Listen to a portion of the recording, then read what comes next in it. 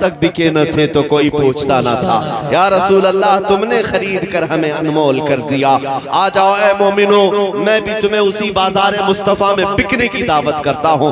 बेदाम ही बिक जाइए बाजार नबी में। इस शान के सौदे में खसारे नहीं होते, इस शान के सौदे में खसारे नहीं होते। सुन्नियों, तुम्हारे शहर हम्बल में सुन्नियों का शहर आया है। तमाम हज़रात हाथ उठा के बोलेंगे नारे तकबीर। फल्यहज़रिल्लज़ीना युखालिफूना अन अम्रिही अन तुसीबहुम फितना औ युसीबहुम अज़ाबुन अलीम। सदक़ल्लाहु मौलाना अज़ीम व बल्लगना रसूलुहुन नबियुल अमीनुल मतीनुल मुख्तारुल करीम व नहनु अला ज़ालिका मिनश शाहिदीन वश्शाकिरीन वल्हम्दुलिल्लाहि रब्बिल आलमीन। बारगाह रिसालत में आप सल्लल्लाहु तआला अलैहि वसल्लम में दुरूद पाक का हदिया पेश करें।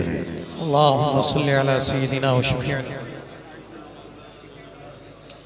अल्लाहुम्मा सल्लि अला सय्यिदिना व मौलाना मुहम्मद मअदनिल जूदि वल करम व आलिहि व अस्हाबिहिल किराम व इब्निहिल करीम व बारिक व सल्लिम सलातन दाइमतन सरमदन अबदा।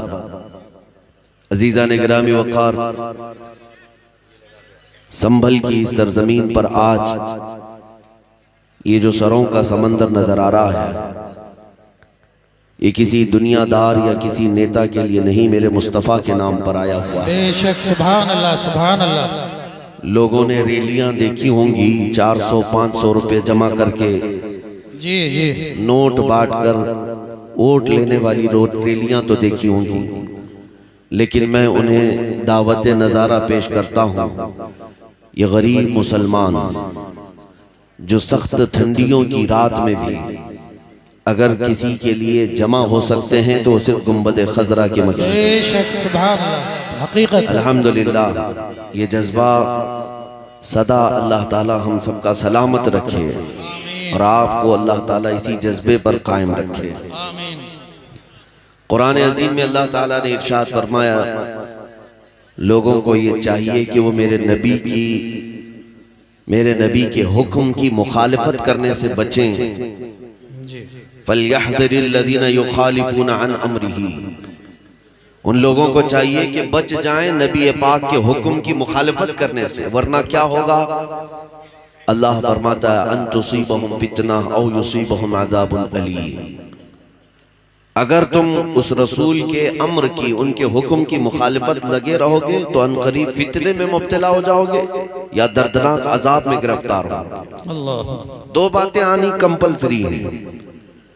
अगर उनका तरीका छोड़ोगे, अगर उनके हुक्म की मुखालिफत करोगे, या तो फितनों में मुब्तला होगे या दर्दनाक अजाब में गिरफ्तार होगे।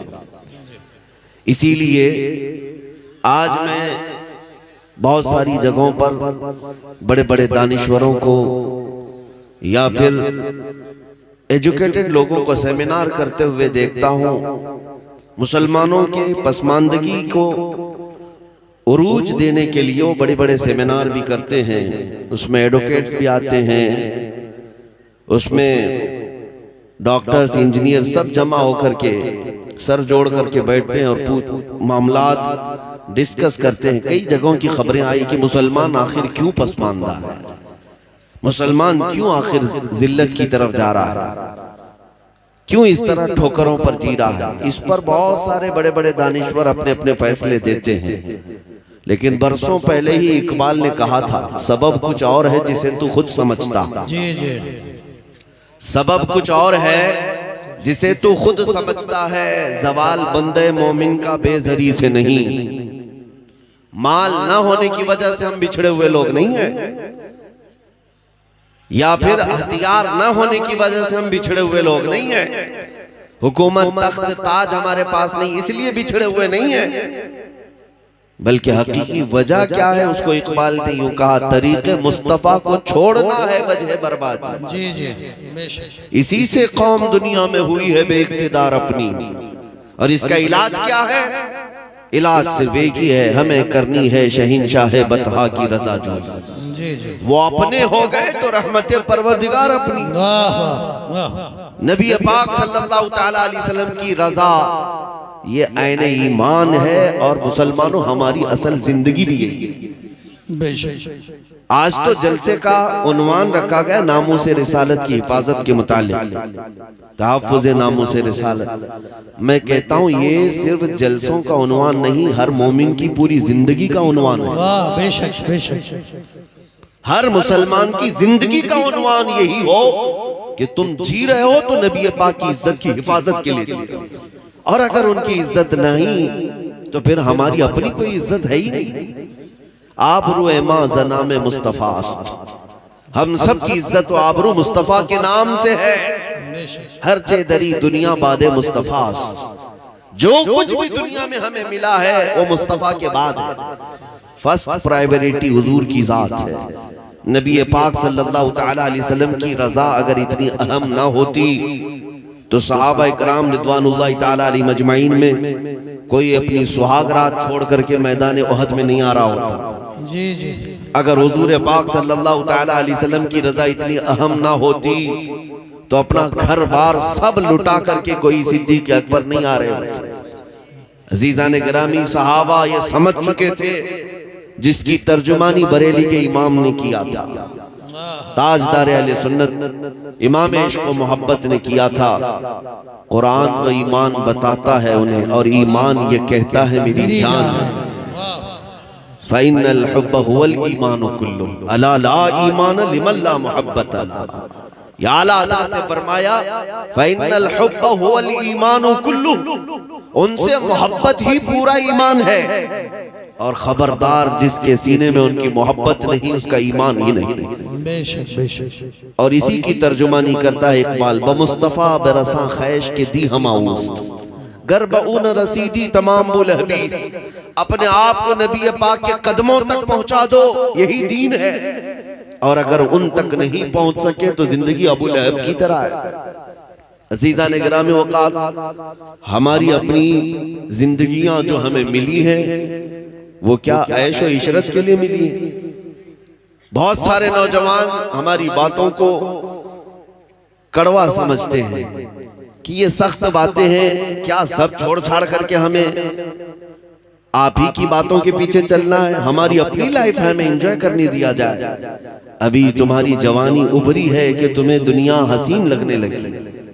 मेरे अजीजों, किसने कहा कि तुम्हारी अपनी लाइफ है और तुम अपने एंजॉय करोगे? ये कुफ्फार और मुशरिकीन की बोली है, ये जालिमों की बोली है जो ये कहते हैं कि हमारी लाइफ है, हमें आजादी से जीने दिया जाए।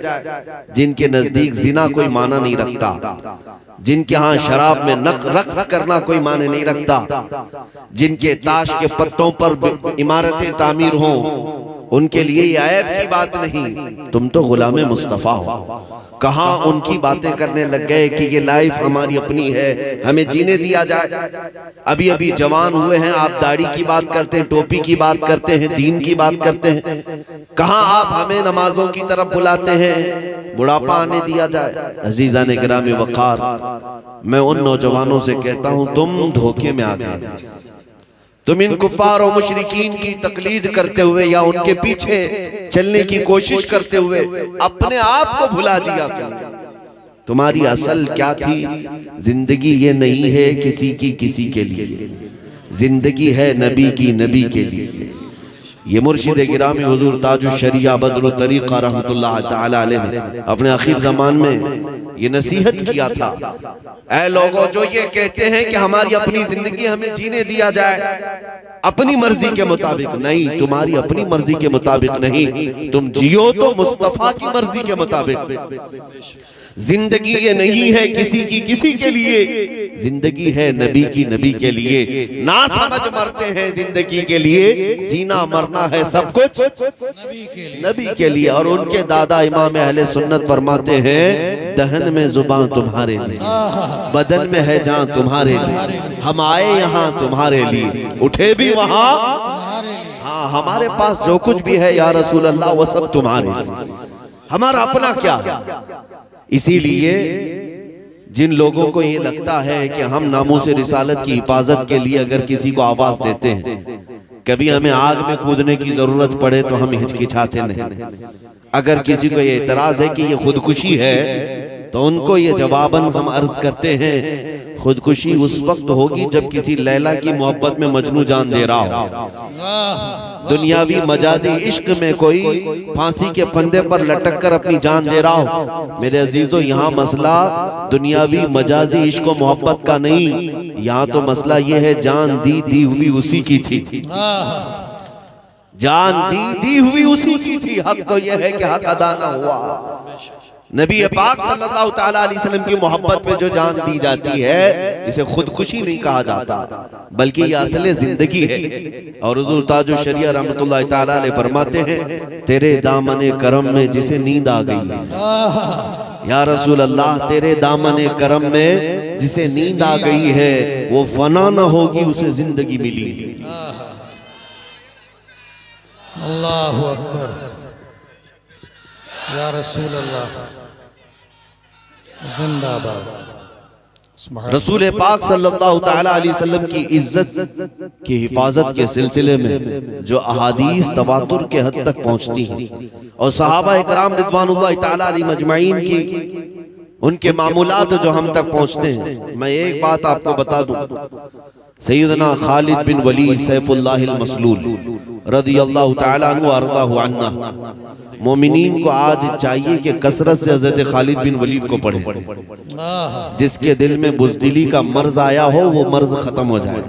जी जी। खालिद बिन वलीद उस अजीम सिपह सालार इस्लाम का मैं नाम जिक्र कर रहा हूं आपके सामने, जिन्होंने अपनी जिंदगी में 125 जंगें लड़ी।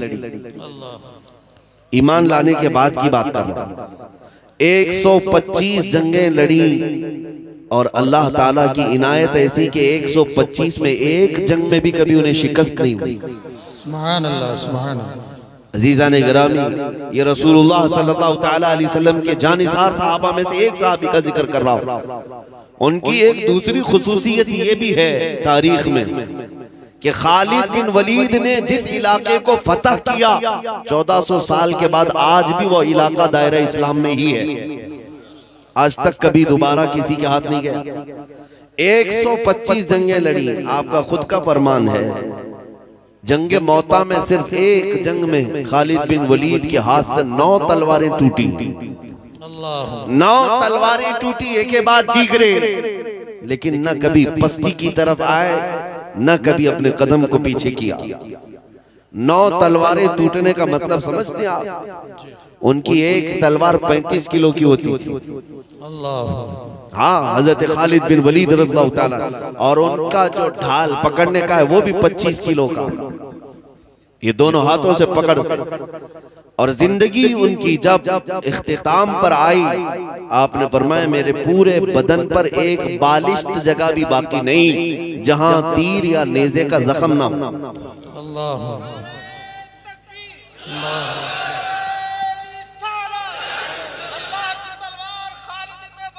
जिंदाबाद, जिंदाबाद, जिंदाबाद, जिंदाबाद, जिंदाबाद, जिंदाबाद। सैयदना खालिद बिन वलीद रज़ियल्लाहु ताला अन्हु का जिक्र हम बड़े अदब से करते हैं। सुनिए मेरे अजीजों, 125 जंगें, उसमें किसी में शिकस्त नहीं और पूरे जिस्म पर जख्म इतने कि एक बालिश बराबर जगह भी कहीं बाकी नहीं है। लेकिन आपकी तारीख लिखने वालों ने लिखा है कि सैयदना खालिद बिन वलीद जहां जाते थे सफों की सफे दरहम बरहम करते थे, और वो बदले जलील जब मैदान जंग में उतरता था तो अच्छे अच्छों के परखचे उड़ा देता। लेकिन एक जंग का मामला ऐसा भी आया खालिद बिन वलीद के साथ कि आप ऐन लड़ाई के वक्त मौजूद थे और कुफार और मुशरिकीन के नरगे में आ गए। कई लोग तलवारें उठाए आपके सामने आए और लड़ाई के दौरान अचानक आपका अमामा गिर गया, सर पर बंधा हुआ अमामा गिर गया। अरे जंग की हालत है, तलवारें ऊपर सोती गई हैं, लेकिन खालिद बिन वलीद ने तलवारों की तरफ नहीं देखा, अमामे की तरफ देखा। वो उठाने के लिए आगे बढ़ गए, वो उठाने के लिए आगे बढ़ गए, उठाया। इतनी देर में तो कई लोग गर्दनों पर तलवारें चला देते, अगर नजर चुकी तो जान गई जंग का हाल ये होता है। 4-5 बड़े पहलवान जो सर पर तलवार लेकर के खड़े हैं, ऐसे मौके पर खालिद बिन वलीद अमामे के पीछे लगे। ये जंग के उसूलों में से नहीं होता, एक फौजी के तौर तरीके नहीं होते, एक सिपाही के कारनामे ऐसे नहीं होते। वो सारे लोग सहम गए, जो करीब खड़े थे उन्होंने तलवारें नीचे कर ली और पूछा, क्या तुम ही वो खालिद बिन वलीद हो जिसका चर्चा हर जगह पर हमने सुना है? क्या तुम ही वो खालिद बिन वलीद बतले जलील हो, मुसलमानों के सिपह सालार हो? कहा हाँ, मैं खालिद बिन वलीद हूं। उन काफिरों ने कहा कि हमने ऐसी हरकत तुमसे आज देखी जो एक छोटा फौजी भी नहीं कर सकता। जंग की हालत में जब तुम्हारी गर्दन पर तलवार लटक रही हो, तुम्हें अपनी जान की हिफाजत करनी चाहिए, तुम अपनी पगड़ी की हिफाजत कर रहे हो, तुम अपने अमामे के देखने की तरफ मुतवज्जे हो। सैयदना खालिद बिन वलीद ने उस वक्त जो जवाब दिया वो हमारा उन्वान है। खालिद बिन वलीद फरमाते हैं, जालिमो तुम क्या समझते हो कि मैं जिस मैदान में फतह से हमकिनार होता हूँ, ये मेरे बाजुओं की ताकत है, ये मेरे तलवारों की झनकार है, ये मेरा शोला है? हरगिज़ नहीं, बल्कि मैंने उस अमामे की हिफाजत की कोशिश इसलिए की कि उस अमामे में मेरे रसूलुल्लाह के 3 मोए मुबारक रखे हुए हैं। सुभान अल्लाह, सुभान अल्लाह। हुजूर के मोए मुबारक रखे हैं, और मेरा ये विजदान कहता है कि जब तक मेरे सर पर वो अमामा होता है, अल्लाह मुझे हर जगह फतह व कामरानी अता करता है। सुभान अल्लाह, सुभान अल्लाह। नारे तकबीर, नारे रिसालत, उलमाए अहले सुन्नत, हजरत मुफ्ती सलमान साहब किबला, नारे तकबीर। जालिमों और दुश्मनों का सामने होना अपनी जगह पर, लेकिन ऐसे हालात में भी मेरे नबी पाक के तबर्रुकात की हिफाजत अपनी जगह पर। यह है नामूस रिसालत की हिफाजत। ऐन जंग के वक्त भी सैयदना खालिद बिन वलीद मेरे मुस्तफा के चंद मुए मुबारका को जमीन पर गिरने नहीं देना चाहते। तभी तो वो सहाबा इकराम के मुतालिक कुरान की आयतें आई, रज़ियल्लाहु अन्हुम, अल्लाह उनसे राजी हुआ। उर्वा बिन मसूद सक़फ़ी, ये कुरैश की तरफ से एक कासिद मक्का हुजूर पाक सल्लल्लाहु ताला अलैहि वसल्लम और सहाबा के हालात देखने के लिए हुदैबिया के मौके पर आए, और देखने के लिए कि मोहम्मद सल्लल्लाहु अलैहि वसल्लम के ये फरजाने, इनके परवाने कैसर और किसरा फतह करने की बात करते हैं तो मुट्ठी भर। उस वक्त सिर्फ और सिर्फ 4000 मोमिनीन की जमात थी, और ये बात करते थे ईरान की हुकूमत को पलट देंगे, रोम की हुकूमत को पलट देंगे। उस जमाने की 2 सुपर पावर ताकतें थी। सुपर पावर ताकतों को पलटने की बात मेरे आका सल्लल्लाहु ताला अलैहि वसल्लम के ये परवाने किया करते थे। तो मक्का वालों ने कहा जाकर के देख लो, बड़े हथियार शायद जमा कर लिए, बहुत सारे असलहे जमा कर लिए, आज हमारे पीछे भी बहुत सारे लोग लगे। अचानक आकर के घरों की तलाशी लेते हैं कि कहीं कुछ जमा करके रखा है। हाँ, एक साहब, एक अधिकारी आए थे हमारी ऑफिस में, अचानक दरवाजा खोलकर वीडियो बना रहे थे, टेबल उठाया, कुर्सी के पीछे देखा, उनको तो एक ब्लेड भी नहीं मिला, एक चाकू और छुरी भी नहीं मिली। इन्हें ऐसा लगता है कि ये मोमिनीन सिर्फ तलवार और चाकू, कैंची और बंदूक से ही लड़ते हैं, उन्हें पता नहीं ईमान की दौलत क्या होती है। जिसके सीने में मोहब्बत मुस्तफा हो, वो दुनिया के हथियारों से बेनियाज चलता है। अल्लाह की मदद पर उसे यकीन कामिल है। सैयदना गरीब नवाज रज़ियल्लाहु ताला अन्हु बगैर हथियार के हिंदुस्तान तशरीफ लाए, और दुनिया ने देखा है बड़े बड़े राजे महाराजे भी वहां घुटने टेकने पर मजबूर हुए। वो ताकत कौन सी थी? उस अताए रसूल के पास जो ताकत थी वो मोहब्बत रसूल की ताकत। मेरे अजीजों, बात में अर्ज कर रहा था कि नबी करीम सल्लल्लाहु ताला अलैहि वसल्लम के इन फरजानों को चेक करने के लिए उर्वा बिन मसूद सक़फ़ी आया। देखें कि क्या इन्होंने हथियार जमा किए। ये वो वक्त था जब अजान हो चुकी है, हुजूर पाक सल्लल्लाहु ताला अलैहि वसल्लम नमाज की तैयारी फरमा रहे हैं, और हुजूर वजू कर रहे हैं, सहाबा इर्द गिर्द खड़े हैं। उर्वा बिन मसूद कहता है कि ये भीड़ देख करके मैंने पूछा ये क्या हो रहा है? तो लोगों ने कहा कि रसूलुल्लाह वजू कर रहे हैं सल्लल्लाहु ताला अलैहि वसल्लम। वो भीड़ को चीरते हुए अंदर आया, देखा कि वजू कर रहे हैं, तो ये सारे लोग क्यों खड़े हैं? रसूलुल्लाह सल्लल्लाहु अलैहि वसल्लम वजू कर रहे हैं, ये लोग क्या कर रहे हैं? वो भीड़ चीरते हुए आया, देखा हुजूर तो वजू कर रहे हैं, लेकिन सहाबा सब जो इर्द गिर्द खड़े हैं, कोई अपने दामन आगे किए हुए, कोई हाथ पसारे हुए खड़ा है। जब नबी पाक कुल्ली करते हैं तो किसी न किसी सहाबी का हाथ आगे आता है, वो कोई ना कोई अपना दामन बढ़ा देता है। हुजूर अपना चेहरा धोते हैं, चेहरे से निकलने वाले कतरे भी सहाबा अपने दामनों में लेते हैं और फिर अपने चेहरे से मल लेते हैं, अपने जिस्म से मल लेते हैं। यहाँ तक कि नबी पाक सल्लल्लाहु ताला अलैहि वसल्लम का वजू मुकम्मल हुआ, ये सहाबा पानी का एक कतरा भी जमीन पर गिरने नहीं दे रहे थे। उरवा बिन मसूद ये देखा और वापस अपने आकाओं के पास जाकर के कहा कि उनसे लड़ने का इरादा छोड़ दो, उनसे लड़ने का इरादा छोड़ दो। लोगों ने पूछा क्या बड़ी ताकत है उनके पास? कहा नहीं, मैंने मोहम्मद सल्लल्लाहु अलैहि वसल्लम के पास हथियारों की ताकत तो नहीं देखी, लेकिन परवानों और फरजानों की एक ऐसी तादाद देखी जो कैसर और किसरा के पास भी नहीं है।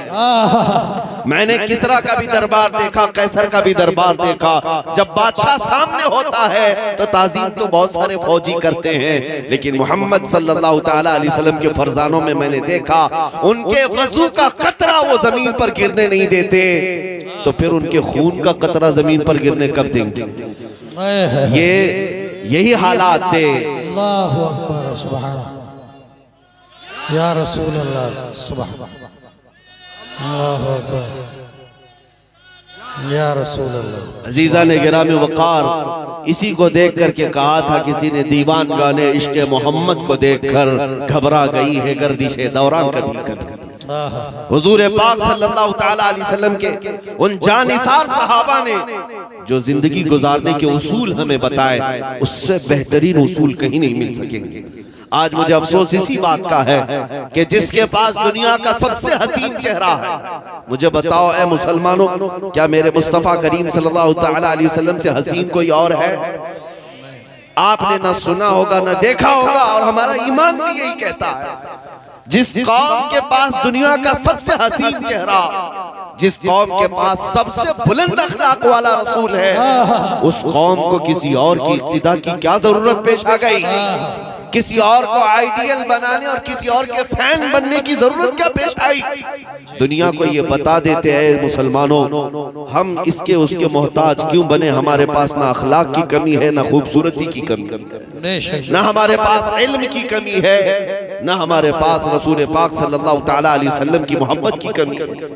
अजीज़ान गिरामी वक़ार, मैं आप सबसे गुजारिश यही करना चाहूंगा कि दुनिया जिस चीज से खौफज़दा है, वो कौन सी चीज है जानते हो?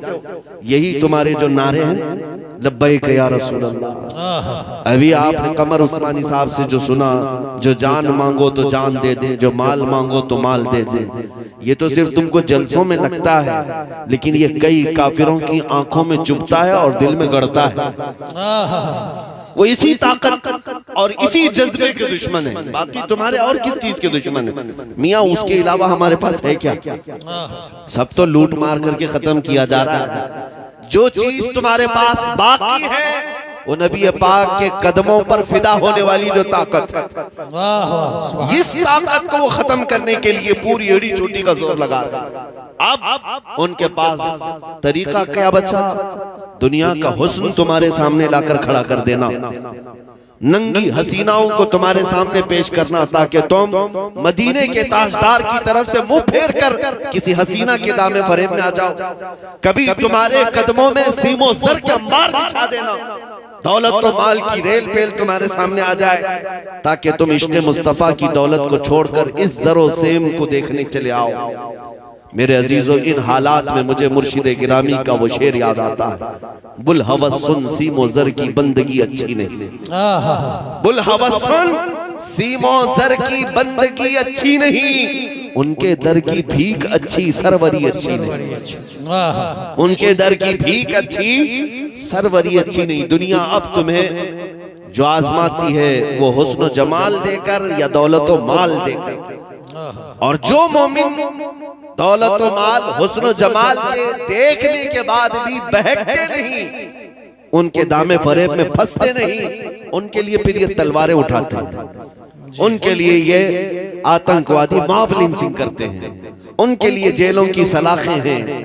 लेकिन मेरे अजीजों, ये सिर्फ और सिर्फ मोमिन का ही इतना मजबूत ईमान होता है, न वो जेल की सलाखों से कभी डरता है, न फांसी के फंदे से घबराता है। जी जी वाह। आज मेरे पास वक्त बहुत कम है, एक मैसेज देने आया हूं हिंदुस्तान के मुसलमानों। अभी आप तमामी हजरात के लिए घबराने की कोई जरूरत नहीं, डर और खौफ में जीने की कोई जरूरत नहीं। तुम्हारे माल मता दुकानें जायदाद लूटना है तो ये लूट चुके, अब तक लूट चुके, लेकिन जो चीज बाकी है तुम्हारे पास वो ऐसी चिंगारी है जो बड़े बड़े महलों को खाकिस्तर कर सकती है। बेशक वो कौन सी चिंगारी है? वो इश्क़ मुस्तफा की चिंगारी। ये चीज आज भी बाकी है। मैं खुद सफर पर हूँ, मुसलसल सफर पर हूँ। हिंदुस्तान के कोने कोने में भी मैंने देखा, छोटा बच्चा भी देखता है तो लब्बैक या रसूल अल्लाह। वो नौजवान जो दीन से दूर भी था लेकिन करीब आता है जलसे में, लब्बैक या रसूल अल्लाह कह रहा है। उस दिन के बाद फिर हमें ये एहसास हो गया कि ईमान की हरारत आज भी मौजूद है। तुम्हारा ये कुछ नहीं कर सकेंगे, ज्यादा से ज्यादा खौफ तारी करने की कोशिश की जाएगी। आज अभी जिक्र कर रहे थे धर्म संसद का। ये पाखंडी ये समझते हैं कि एक गुफे में बैठकर एक वीडियो बनाकर वायरल कर दें तो मुसलमानों के अंदर धकधकी लग जाएगी, खलबली मच जाएगी। ऐसे बहुत सारे कुत्ते आए और चले। बेशक बेशक ईमान वाले कल भी सलामत थे, आज भी सलामत है, और इंशाअल्लाह सुबह क़यामत तक हिंदुस्तान की सरजमीन पर सजदे किए जाएंगे इंशाअल्लाह, अज़ानें गूंजेंगी इंशाअल्लाह। जो कर सकते हैं वो कर लेने। उनको ऐसा लगता है एक वीडियो वायरल करने से सब खौफज़दा हो जाएंगे। यही काम तो करबला की सरजमीन पर यजीद ने किया था। यही काम कूफा में उबैदुल्लाह बिन जियाद ने किया था। हजरत हानी बिन उरवा को मार करके, हजरत इमाम मुस्लिम बिन अकील को मार करके गवर्नर हाउस पर लटका दिया कई लाशों को, और सारे कूफा वालों को बता दिया देखो मैं मार भी सकता हूँ, कत्ल भी कर सकता हूँ, डर के अंदर हो जाओ। तो क्या मुस्लिम बिन अकील के कत्ल के बाद, हानी बिन उरवा के कत्ल के बाद, इमाम हुसैन की शहादत के बाद इस्लाम ठंडा पड़ गया? नहीं, इस्लाम खत्म हो गया। बल्कि उसके बाद फिर हमारा ये नारा है, इस्लाम जिंदा होता है हर करबला के बाद। वाह वाह सुभान अल्लाह,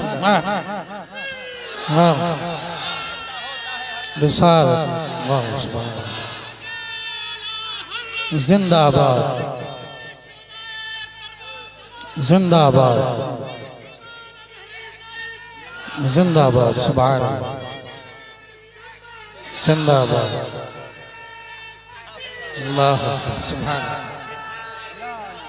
या रसूल अल्लाह। बिल्कुल हक बनता है, बिल्कुल हक बनता है कि संभल के नाम का भी नारा लगे। सुभान, इसलिए कि मोमिनीन का ये अमोह, ये जम्मे गफीर, मैंने बहुत तारीख के एतबार से संभल को पढ़ा भी है, तारीखी शहर है। आज आपके दरमियान हो और हमेशा से आपकी कुव्वत ईमानी का चर्चा पूरे हिंदुस्तान में होता रहता है, और इजाजत हो तो इसी मिंबर से उन पाखंडियों को ऐलान करें, इसी मिंबर से ऐलान करें। तुम अपने अंदर बैठकर गुफे में जो मारने और मरने की बात करते हो, अल्लाहु अकबर या रसूल अल्लाह, या रसूल अल्लाह, तवज्जो।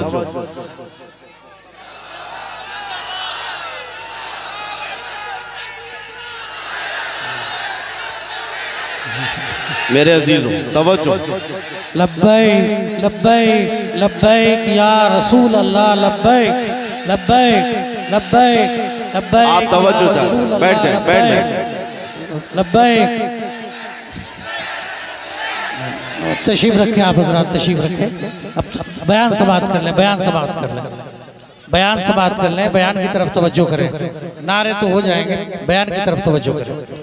मेरे अजीजों, जलसे रोज होते हैं हिंदुस्तान में और नारे भी रोज लगते हैं, लेकिन ये जो नारे हैं ये रगे जान को फड़काने वाले, जी जी, ये यूं ही नहीं लग रहे, ये किसी मुकर्रिर के लिए लगने वाले नारे नहीं हैं। ये नाम मुस्तफा पर जो खून गर्म होता, जी जी उस गर्मी के नारे होते हैं और इसी से उन्हें खलबली भी है, इसी से तकलीफ भी है। मैं इस मिंबर से कहता हूँ, एक लोमड़ी और एक लोमड़ा वो भौंकते रहते हैं, देखते होंगे आप, और फिर हजारों सिक्योरिटी गार्ड के बीच में घूमना। अरे मर्द हो तो मुकाबला करो, मैं तन्हा घूम रहा हूँ पूरे हिंदुस्तान में, अल्हम्दुलिल्लाह तन्हा आया। हमारे पीछे कोई सियासी ताकत नहीं है, हमारे पीछे कोई ऐसा सपोर्ट भी नहीं है। बाज लोग तलाश करने के लिए मेरे घर तक आए थे कि इनको कौन बैकिंग कर रहा है, कौन सी सियासी पार्टी इनके पीछे है। हमने कहा था तुम्हारी नाक रकड़ जाएगी और तुम पता नहीं कर पाओगे कि कौन बैकिंग कर रहा है, इसलिए कि ढूंढा ही करें सदर क़यामत के सिपाही, वो किसको मिले जो तेरे दामन में छुपा। हम मोमिनीन की बैकिंग और अगर सपोर्ट कहीं से होता है तो गुंबद खजरा से होता।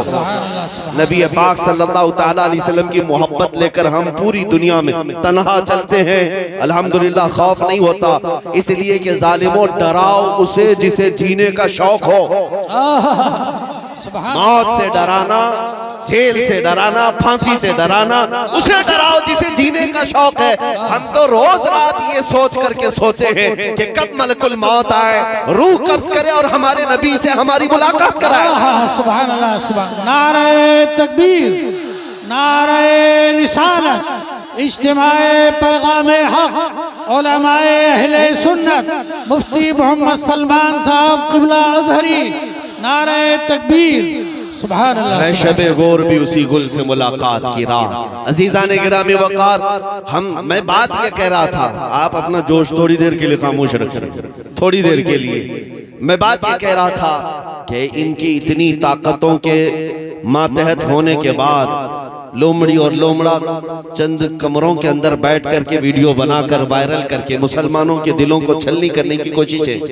और हैपोक्रेसी, जो डेमोक्रेसी खत्म होकर हैपोक्रेसी जो आई, ये सारे मनाजिर के बाद मैं उनसे कहता हूँ, मैंने एक क्लिप सुनी, कोई वो लोमड़ी कहती है एक, और एक लोमड़ा कहता है कि हम 20 लाख लोगों को मारेंगे, इतने मुसलमानों का कत्ल करेंगे तो फिर हमारे यहाँ पर हिंदू राष्ट्र कायम हो जाएगा।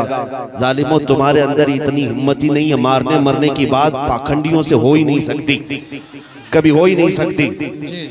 एक बात मैं कहूंगा, अगर मारने और मरने का शौक ही है तो चलो मैं भी चलता हूं, तुम भी चलो, बॉर्डर पर खड़े हो जाते। अब बॉर्डर पर खड़े होंगे, अपने देश की रक्षा करते हैं, अपने देश की हिफाजत के लिए चलो बॉर्डर पर चलते हैं, फिर देखा जाएगा कि कितनी गोलियां तुम खाते हो, कितनी हम खाते हैं। और मैं अकेले की बात नहीं कर रहा हूँ, इंशाअल्लाह अजीज, जिस दिन मेरे मुल्क के अजीज की हिफाजत की बात आए, ये उलमा भी हाजिर होंगे, ये मजमा भी हाजिर इंशाअल्लाह। इसलिए कि इस मुल्क को हमने खूने जिगर से सींचा, यहाँ हमारी तारीख मौजूद है। अजीज़ान गिरामी वक़ार, इन आतंकियों के गले में अगर हुकूमत ने पट्टा नहीं डाला तो ये कुत्ते इन हुकूमतों को ही नोच खाएंगे। वो दिन भी आएगा जब यही कुत्ते इनके लिए भारी पड़ जाएंगे, यही भारी पड़ जाएंगे। अंदाजा कर ले मेरे अजीजों, कारून शायद ये समझता है कि पैसे की रेल पेल से मैं 100 साल जी लूंगा। ये शद्दाद, ये हमान, ये फिरौन ये समझता है कि मैं अपनी ताकत के बलबूते पूरे लोगों की गर्दनों पर हुकूमत कायम कर लूंगा। वो तो बड़ी ताकतें थी, तुम्हारी हैसियत मच्छर के बराबर भी नहीं। और अगर हुकूमतें खुलेआम ये सारी बातें कर रही हैं, मेरे अजीजों, एक तारीख यहाँ वैसी भी आई थी 100 साल पहले, 100-150 साल पहले, 1857 की तारीख, जिसको अंग्रेज आज भी गदर कहता है, अंग्रेज आज भी गदर कहता है। 1857 की तारीख में अंग्रेजों को भी यही नशा चढ़ा था, यही नशा चढ़ा था कि हम जो चाहे कर लेंगे, कत्लेआम करेंगे, मार डालेंगे। उस वक्त किफायत अली काफी रहमतुल्लाह ताला अलैह को फांसी पर चढ़ाया था, फांसी पर चढ़ा करके जश्न मनाए थे 8 दिन तक। क्यों किफायत अली काफी को चढ़ाया था जानते? एक आलिम रब्बानी को इसलिए चढ़ाया था कि वो बोलते थे तो हजारों का मजमा जमा होता, लोग उनके पीछे दीवाना वार घूमते, तो ऐसे उलमा तो उनको खलते हैं। फांसी पर चढ़ा करके 8 दिन तक जश्न मनाया था। लेकिन खुदाई कानून उन्हें मालूम नहीं। तुम एक किफायत अली काफी को जो ये कहता था कोई गुल बाकी रहेगा न चमन रह जाएगा, पर रसूलुल्लाह का दीन हसन रह जाएगा, फांसी पर चढ़ा करके तुमने ये सोचा कि एक आशिक रसूल की जुबान बंद कर दिया, उसे गर्दन से अलग करके जिस्म को अलग कर दिया। अब उम्मत ठंडी हो जाएगी, ये जमात सो जाएगी।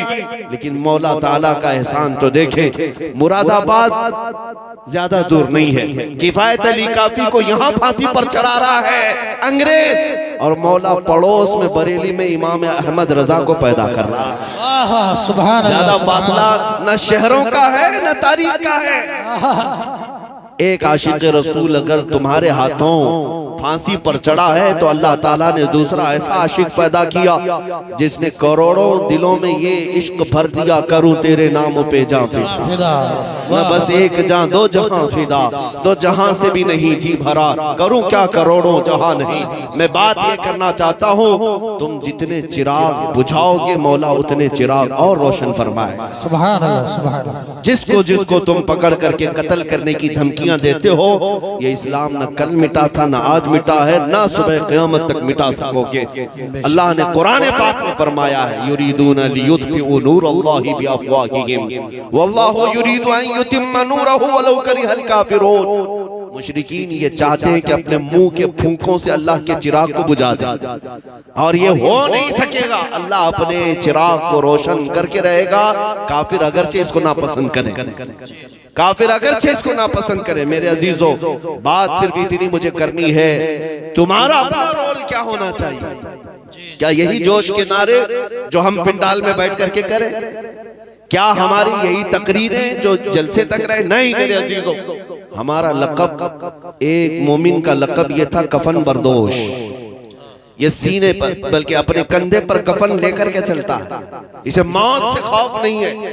तो ये खौफ जब तुम्हारे सीने से निकलेगा तो हक बोलने की हिम्मत उतनी बढ़ती चली जाएगी। ज्यादा से ज्यादा तुम्हें किस बात से डराया जाता है आज? फांसी से, ये सबसे हाईएस्ट सजा है ना, या जेल से। ये दोनों चीजें एक मोमिन के लिए कोई माने नहीं रखती। जेल की सलाखों पर जाने के बाद बुजुर्गों ने लिखा भी है कि मोमिन घबराना नहीं, अगर मुस्तफा के नाम पर गया है, अगर नबी पाक के नाम पर गया है, तो अंदर जाने के बाद हो सकता है तेरी माँ, तेरी बीवी, तेरे भाई देखने ना आए, लेकिन एक रात जरूर आएगी जब ताजदार मदीना खुद तशरीफ। सुभान अल्लाह, सुभान अल्लाह। वो भी खौफ नहीं रखना। हुजूर के इंतजार में हम दिन काट लेंगे, हुजूर के इंतजार में हम रातें काट लेंगे। और रही बात फांसी की, उसके मुतालिक भी रिवायतें मौजूद हैं कि जिन जिन गुलामों को जालिमों ने अपने हाथों से कत्ल किया या फांसी पर चढ़ाया, फंदा बाद में लगा, चेहरे मुस्तफा पहले मौजूद। सुभान अल्लाह, सुभान अल्लाह। वो नबी पाक सल्लल्लाहु तआला अलैहि वसल्लम तशरीफ फरमा थे। अजीजान गिरामी वक़ार, ये दो तमन्नाएं जिसके पास हैं, फिर उसे किस बात का खौफ है? बेखौफ जियो। ये मुल्क हमारा कल भी था, आज भी है। ये भीख में मांगा हुआ हमारा मुल्क नहीं है, और किसी की चापलूसी करके खरीदी हुई जमीन हमारी नहीं है। ये हमारे आबा व अजदाद, बल्कि आदम अलैहिस्सलाम की जमीन है, हमारे बाप की जमीन है, हमारे बाप की जमीन है। अजीज़ान गिरामी वक़ार, मैं बात ये अर्ज करना चाहता हूँ, आयत करीमा जो मैंने पढ़ी थी उसमें अल्लाह ने यही फरमाया, अगर रसूल के हुक्म की मुखालिफत करोगे तो फितने में मुब्तला हो जाओगे और अज़ाब अलीम में गिरफ्तार हो जाओगे। अभी देर नहीं हुई है, अभी सवेरा है। मैं नौजवानों को कहता हूँ, उस नुक्ते पर आ जाओ, उस पॉइंट पर जमा हो जाओ जहां रसूलुल्लाह सल्लल्लाहु अलैहि वसल्लम ने अपने सहाबा को छोड़ा था। मेरे आका ने हुजूर को जहां छोड़ कर नसीहत फरमाई थी, उस नुक्ते पर आ जाओ, बस बाकी सब तुम्हारा, सारे मैदान तुम्हारे हैं, कोई ताकत तुम्हें ज़ेर नहीं करेगी इंशाअल्लाहुल अज़ीज़। लोग जिस तरह की बातें करते हैं, मैं आपको बताऊं, सलाहुद्दीन अय्यूबी का भी तज़किरा करते हैं। सुल्तान सलाहुद्दीन अय्यूबी, फातिह बैतुल मुक़द्दस, एक सिपह सालार के नाम से दुनिया जानती है। आज अंग्रेज भी उस सलाहुद्दीन की तारीफ में रत्बुल लिसान है। अंग्रेज भी कहता है वैसा जर्नल हमने नहीं देखा। क्यों जानते हैं? अंग्रेजों की किताब में लिखा हुआ है, सलाहुद्दीन अय्यूबी ने 18 साल तक जंगें लड़ी सलीबियों के साथ, ईसाइयों के साथ, लेकिन उसमें लाखों कैदियों को अपने हाथों से आजाद किया। आजाद करने की आदत बहुत ज्यादा। किसकी? सलाहुद्दीन अय्यूबी की। शहादत है मतलूब व मकसूद मोमिन, न माले गनीमत न किश्वर कुशाई। एक आशिक रसूल का जो मकसूद होता है ना, वो ये नहीं है कि सिर्फ गर्दनें उड़ाना है, उसका मकसूद जो होता है वो अल्लाह उसके रसूल की रजा। सलाहुद्दीन अय्यूबी के साथ एक वक्त ऐसा भी आया जब आप बीमार हो गए। इस बीमारी के आलम में मुसलमानों के एक काफिले पर एक ईसाई जर्नल ने हमला किया था, बुरनिस नाम था उसका। उसने हमला किया और सारा माल लूट लिया, कोड़े लगाया, औरतें भी थी, बच्चे भी थे और भी लोग थे। लेकिन मारते मारते उस जालिम ने क्या कहा था जानते हो? ए मुसलमानों, पुकारो अपने मोहम्मद को बुलाओ, क्यों तुम्हारी मदद के लिए नहीं आता? मुआज़ल्लाह रब्बिल आलमीन। जब वो इस तरह के ताने दे दे करके माल लूट रहा था और सारे लोगों को निहत्ता पा करके मार रहा था, लुटा हुआ काफिला, ये ताराज काफिला जब वापस लौटा तो सलाहुद्दीन अय्यूबी से शिकायत की कि सुल्तान इस्लाम हमारे साथ ऐसे मामलात हुए। ये वो हालात थे जब सलाहुद्दीन सख्त बीमार थे, जिसको मरगुल मौत कहा जाता है, यानी मौत की बीमारी, मरगुल मौत की बीमारी जिसको कहा जाए।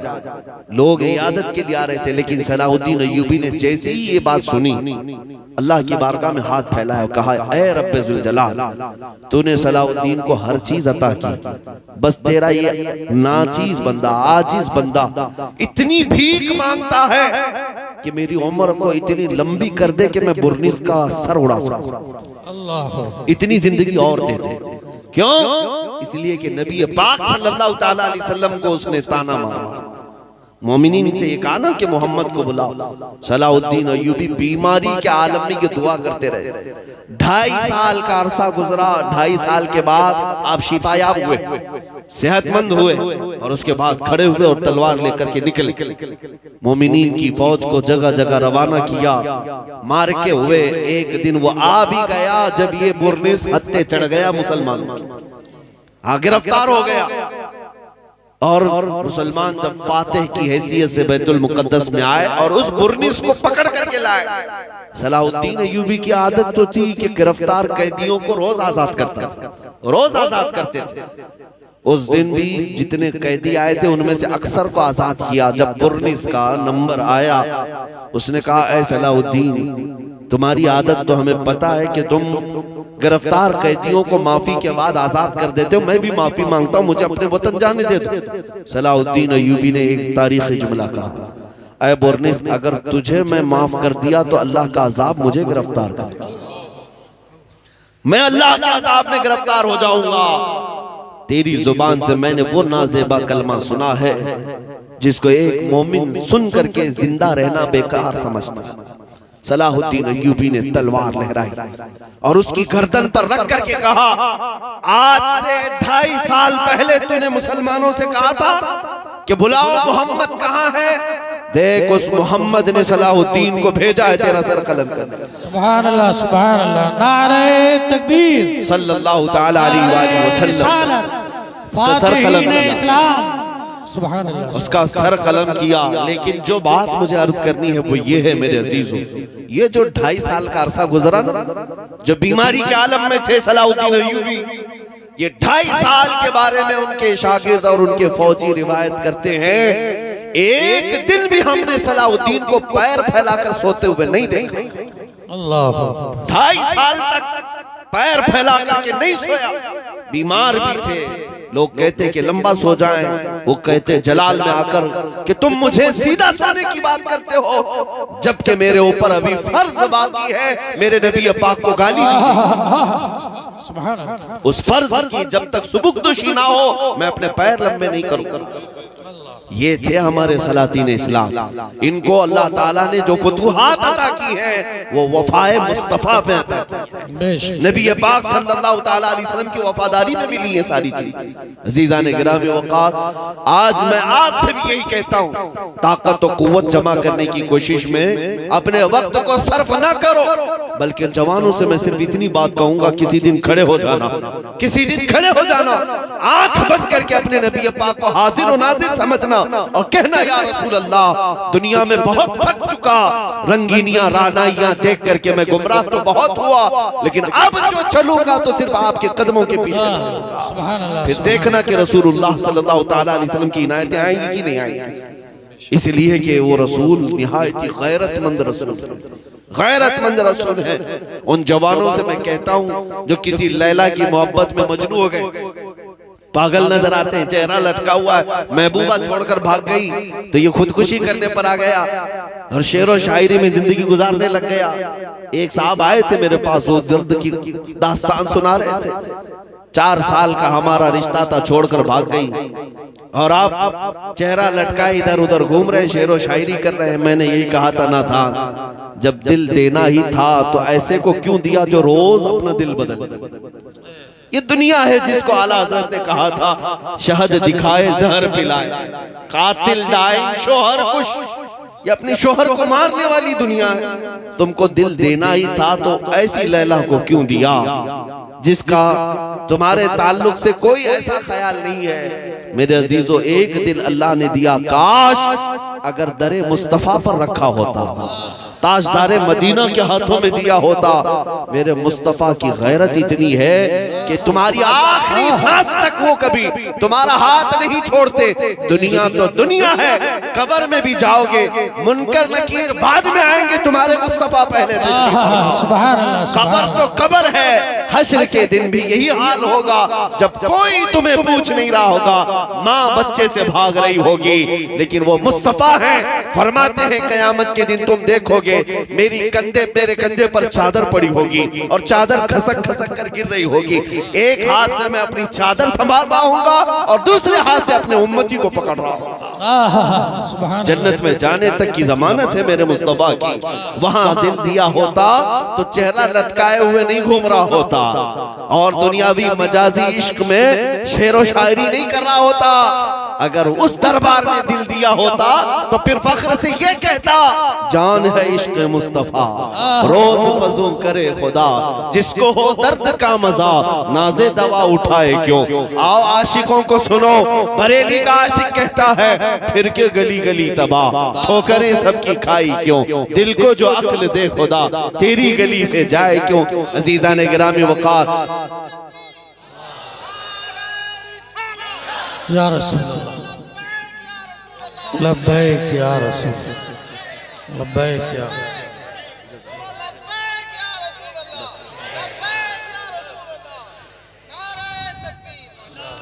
मैं बात अर्ज ये कर रहा हूं, इसके उसके पैरोकार होना और उसके इसके हुस्न पर फिदा होना ये छोड़ दो।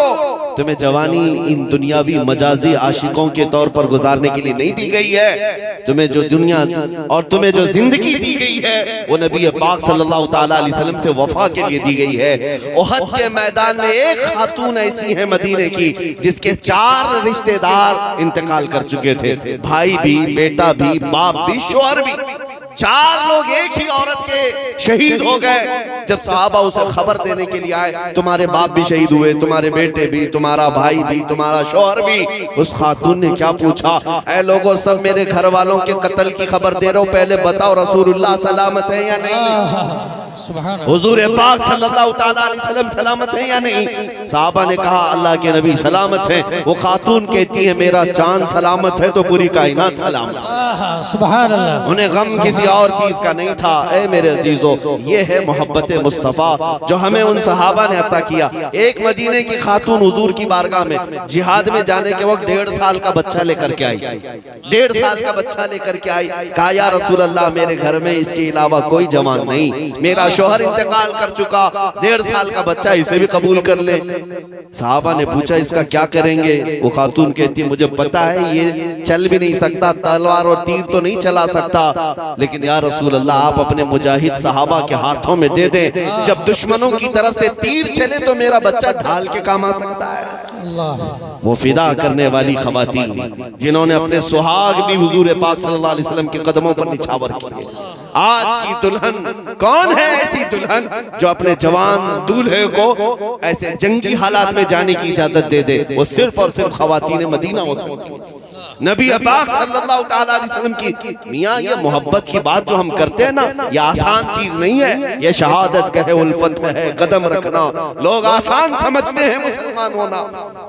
बातें कर लेना, यहाँ बैठ करके ये सारी चीजें कर लेना आसान है, लेकिन मेरे मुस्तफा की मोहब्बत तुमसे इम्तिहान मांगती है, इम्तिहान मांगती है। और तुम हर मुसीबत को गले लगाने के लिए तैयार हो जाओ, फिर देखना सितारों से आगे जहां और भी है।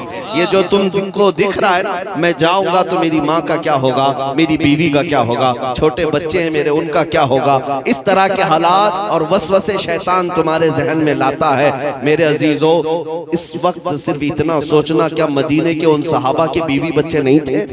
क्या उनके माँ बाप नहीं थे? उनके घर बार, उनके जायदाद प्रॉपर्टी नहीं थी? सब था उनके पास, फिर भी वो हुजूर पाक सल्लल्लाहु ताला अलैहि वसल्लम की वफा में ऐसे शरीक होते। एक अब्दुल्ला अस्वद की बात करूं मैं, एक अब्दुल्ला हुजूर की बारगाह में आए, कहा मुझे कोई बेटी नहीं देता, मैं काला हूं, जवान हो गया। हुजूर ने खत लिख करके भेजा, जा अम्र बिन वहब एक सहाबी हैं, अंसार हैं, उनकी बेटी है, निहायत खूबसूरत बेटी। हुजूर ने कहा जा उसके वहां पैगाम निकाह ले जा। अब्दुल्ला अस्वद गए, हुजूर का पैगाम दिया। ये वो साहबी हैं जिनकी बेटी पूरे मदीने में सबसे हसीन है।